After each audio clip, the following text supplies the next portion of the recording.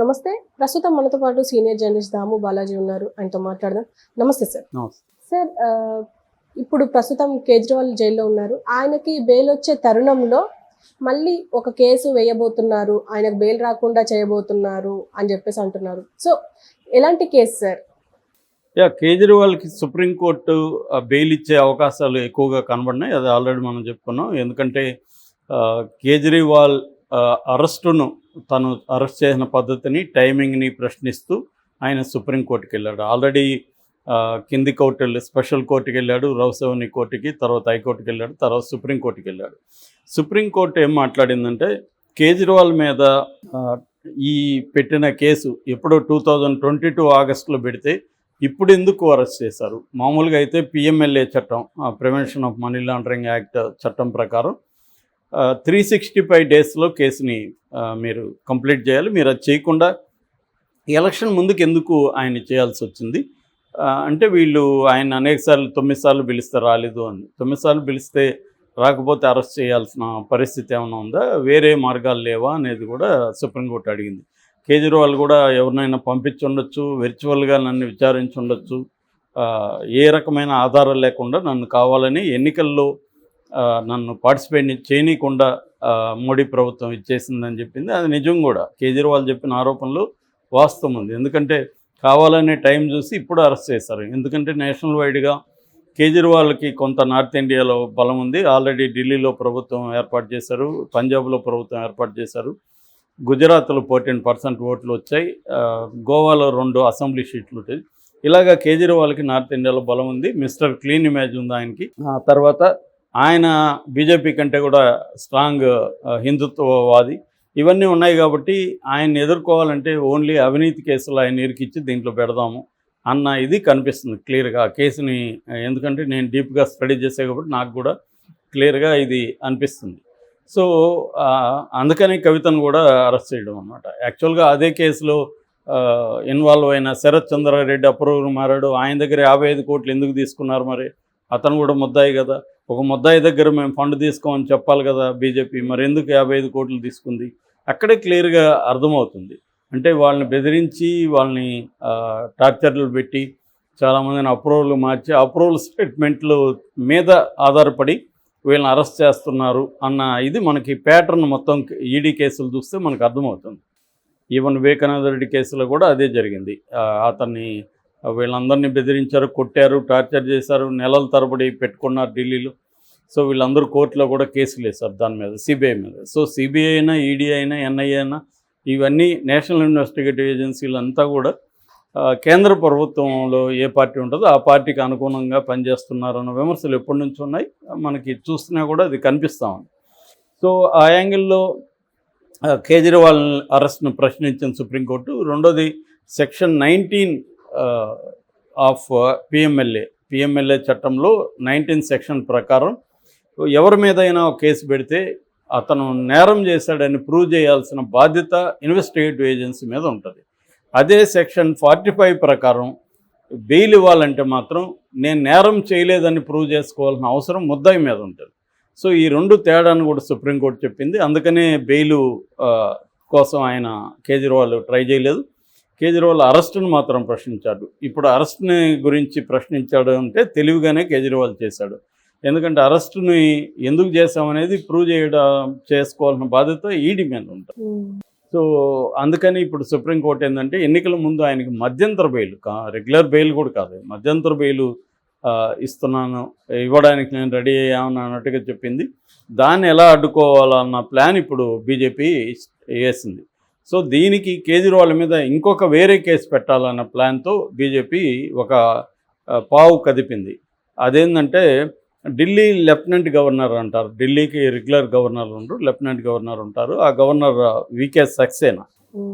Delhi liquor scam పెట్టింది కూడా ఆయనే కేసు. ఆయన ద్వారా ఆయనే సిబిఐకి కంప్లైంట్ చేశాడు. World Hindu federation of India అనే ఒక సంస్థ తరపున అషు మోంగియా అనే ఒక అతను కంప్లైంట్ ఇచ్చాడు. కేజ్రీవాల్ 134 కోట్లు 6 ఫర్ జస్టిస్ అనే సంస్థ దగ్గర తీసుకున్నాడు ఆయన. సో ఇప్పుడు నేను ఫర్ ఎగ్జాంపుల్ మోడీ 150 కోట్లు తీసుకున్నాడు ఒక దగ్గర అని నేను కంప్లైంట్ ఇస్తే మోడీని అరెస్ట్ చేస్తారా? ఎవరిని అరెస్ట్ చేయరు అలా కంప్లైంట్లు ఇస్తే. కానీ ఈ కంప్లైంట్ బేస్ చేసుకొని గవర్నర్ జనరల్ లెఫ్టినెంట్ గవర్నర్ హోంశాఖకి కంప్లైంట్ చేశాడు. ఇప్పుడు హోంశాఖ దీని మీద ఈరోజు రేపట్లో కేసు పెట్టే అవకాశం కనిపిస్తుంది, పోలీసులకి ఇస్తుంది. అంటే దీనికి ఆ హిందూ సంస్థకి దగ్గర ఏం ఆధారాలు ఉన్నాయంటే, ఎవడో పన్ను అని ఒకడు ఉన్నాడు అమెరికాలో, వాడు ఖలిస్తాన్ ఉగ్రవాది. యాక్చువల్గా పన్నుని పట్టుకోవడానికి కూడా ఇండియా ట్రై చేస్తుంది, ఇండియాకి వ్యతిరేకం అతను ఎప్పుడూ చెప్పాడని. ఎవరు కేజ్రీవాల్ ఈ 6 ఫర్ జస్టిస్ దగ్గర డబ్బులు తీసుకున్నాడు. ఎందుకు తీసుకున్నాడంటే దానికి కారణం ఏంటంటే 1993లో ఢిల్లీ అల్లర్లు జరిగాయి. ఆ ఢిల్లీ అల్లర్లలో సిక్కు తీవ్రవాదులు పాల్గొన్నారు. ఆ సిక్కు తీవ్రవాదులు బాంబు బ్లాస్ట్ చేశారు. అందులో ఒక అతన్ని అరెస్ట్ చేశారు, దేవేంద్ర సింగ్ బుల్లార్ అనే అతన్ని అప్పుడు అరెస్ట్ చేశారు. అతనికి స్పెషల్ కోర్ట్ ఏమో ఉరిశిక్ష వేసింది. తర్వాత సుప్రీంకోర్టు ఏమో దాన్ని మరణశిక్షగా మార్చింది, యావజ్జీవ కారాగార శిక్షగా మార్చింది. సో అతను జైల్లో ఉన్నాడు. అతనికి క్షమాభిక్ష పెట్టి బయటికి తీసుకొచ్చే దానికోసం కేజ్రీవాల్ 134 కోట్లు తీసుకున్నట్టు ఈ పన్ను అనేవాడు ఆరోపించాడనమాట. గురు పత్వంత్ సింగ్ పన్ను అతని పేరు. అతను ఆరోపించినాడు. దాన్ని బేస్ చేసుకొని హిందూ సంఘం కంప్లైంట్ ఇస్తే దాన్ని బేస్ చేసుకొని లెఫ్టినెంట్ గవర్నర్ ఇప్పుడు హోంశాఖకి ఇచ్చాడు. ఇది క్లియర్గా మనకు స్కీమ్ కనబడుతుంది. అంటే కేజ్రీవాల్ ఇన్ని రోజులు ఇది ఎప్పుడుదో కదా, ఇది ఇప్పుడుది కాదు ఈ కేసు. ఇది కూడా ఇప్పుడు 93లో అరెస్ట్ అయిన కేసు ఇది. ఇప్పుడు ఎందుకు చెప్తున్నారంటే ఈ కేసులో బెయిల్ ఇచ్చేస్తే అతను మళ్ళీ బయటకు వచ్చి చేస్తే మళ్ళీ ఇబ్బంది అవుతుంది. ఎన్నికల్లో మామూలుగా లెవెల్ ప్లేయింగ్ గ్రౌండ్ అనేది ఇంపార్టెంట్. అందరికీ సమాన అవకాశాలు ఉండాలి, అన్ని రాజకీయ పార్టీ నాయకులు సమాన అవకాశాలు ఉండాలి. కానీ కేజ్రీవాల్కి లేకుండా చేయడం కోసమే ఎన్నికల ముందు కావాలని అరెస్ట్ చేసింది మోడీ ప్రభుత్వం. ఇక్కడే మోడీకి అమిత్ షాలు కావచ్చు, కేంద్ర ప్రభుత్వానికి కావచ్చు, లేకపోతే బీజేపీ పార్టీకి ఒక భయం కనిపిస్తుంది. అంటే మనం ఈసారి ఎన్నికల్లో గెలవలేమేమో అని వాళ్ళు ఏం చేస్తున్నారంటే ఇష్టం వచ్చిన పద్ధతిలో ప్రతిపక్షాలని కంట్రోల్ చేయడం కోసం అనేక రకాల స్కీమ్లు ఎంచుకుంటున్నారు. ఇవన్నీ లీగలా అంటే లీగలే. ఇప్పుడు అందరూ చంద్రబాబుని అరెస్ట్ చేసిన లీగలే కాదంటే లీగలే. కానీ జగన్ ఎందుకు విమర్శిస్తున్నారు అందరూ? కక్ష కట్టాడని. అందరూ లీగల్గానే చేస్తారు. అంటే చట్టాల్ని తమకు అనుకూలంగా ఉపయోగించుకునే పద్ధతి కనిపిస్తుంది. సో చాలామంది ఏంటంటే ఇది లీగల్ అయినప్పుడు వాళ్ళని ఎందుకు విమర్శిస్తారని. అందరూ లీగల్గానే చేస్తారు బాబు అని మనం చెప్పచ్చు. రేపు పొద్దున మోడీ దిగిపోయినా మోడీని కూడా లీగల్గానే అరెస్ట్ చేసి లోపల పెడతారు. ఫర్ ఎగ్జాంపుల్ అమిత్ షాని కాంగ్రెస్ ప్రభుత్వం అరెస్ట్ చేసి లోపల పెట్టింది. 3 నెలలు ఉన్నారు. చిదంబరం అప్పుడు home minister, Amit Shah home minister అని చిదంబరంని అరెస్ట్ చేసి మళ్ళీ 3 నెలలు లోపల పెట్టారు. సో ఇదంతా వెండెట్ట పాలిటిక్స్ అంటారు. ఈ వెండెట్ట ప్రతీకార రాజకీయాలు, ఈ ప్రతీకార రాజకీయాల్లో భాగంగా జరుగుతున్నాయి. సో కేజ్రీవాల్ని అరెస్ట్ చేయడం ద్వారా తమ విన్నింగ్ అవకాశాలని పెంచుకోవడం కోసం కృషి చేస్తుంది. దీనికి ఇప్పుడు సుప్రీంకోర్టు అడ్డుపడుతుంది. సుప్రీంకోర్టుని ఏమి చేయలేక ఇంకొక కేసులో ఇతను ఇరికిస్తే మళ్ళీ ఇతను రెడ్డొచ్చు మొదలలాగా మళ్ళీ లీగల్ ప్రాసెస్ స్టార్ట్ చేసుకోవాలి, మళ్ళీ కోర్టులో వేయాలి. సో ఇది ప్రాబ్లము ఉందన్నమాట.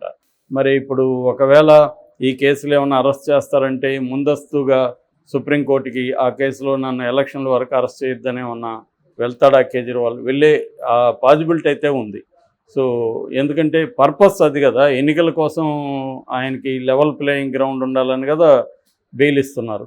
చంద్రబాబుకు కూడా అలాంటి బెయిలే ఇచ్చారు. అప్పుడు మధ్యంతర డిస్కషన్ జరిగినప్పుడు చంద్రబాబు కూడా ఒక పార్టీ అధ్యక్షుడిని జైల్లో పెట్టడం ద్వారా ఆ పార్టీ విన్నింగ్ అవకాశాలను దెబ్బతీయడం అవుతుందనేది ఇక్కడ హైకోర్టు జడ్జి కూడా వ్యాఖ్యానించారు. అదే పద్ధతిలో సుప్రీంకోర్టు కూడా ట్రై చేస్తుంది. మరి ఈ రెండో కేసులో ఈయన ఇరికిచ్చామన్న జైలుకి పంపగలరా లేదనేది మనం చూడాలి. Okay sir, thank you.